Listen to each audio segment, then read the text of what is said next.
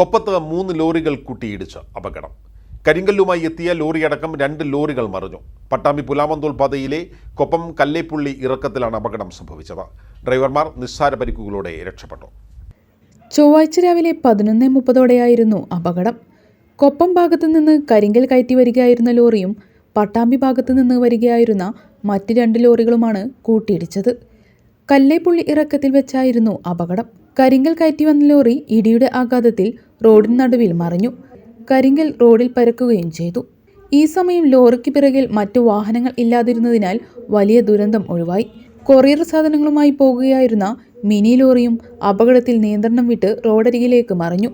Mini ലോറിയുടെ ഇന്ധന ടാങ്കിൽ നിന്നും ഇന്ധന ചോർച്ച ഉണ്ടായതും ആശങ്കയ്ക്കിടവരുത്തി. 3 വാഹനത്തിലും ഡ്രൈവർമാർ മാത്രമാണ് ഉണ്ടായിരുന്നത്. ആരുടെയും പരിക്ക് ഗുരുതരമല്ലെന്ന് കൊപ്പം പോലീസ് പറഞ്ഞു. അപകടത്തെ തുടർന്ന് കരിങ്കൽ ലോറി റോഡിന് നടുവിൽപ്പെട്ടതോടെ 1 മണിക്കൂറോളം പാതയിൽ ഗതാഗതം തടസ്സപ്പെട്ടു. പോലീസിന്റെ നേതൃത്വത്തിൽ സ്ഥലത്ത് മണ്ണുമാന്തി യന്ത്രം എത്തിച്ച് വാഹനങ്ങളും കരിങ്കല്ലും റോഡിൽ നിന്നും നീക്കം ചെയ്താണ് ഗതാഗതം പുനഃസ്ഥാപിച്ചത്.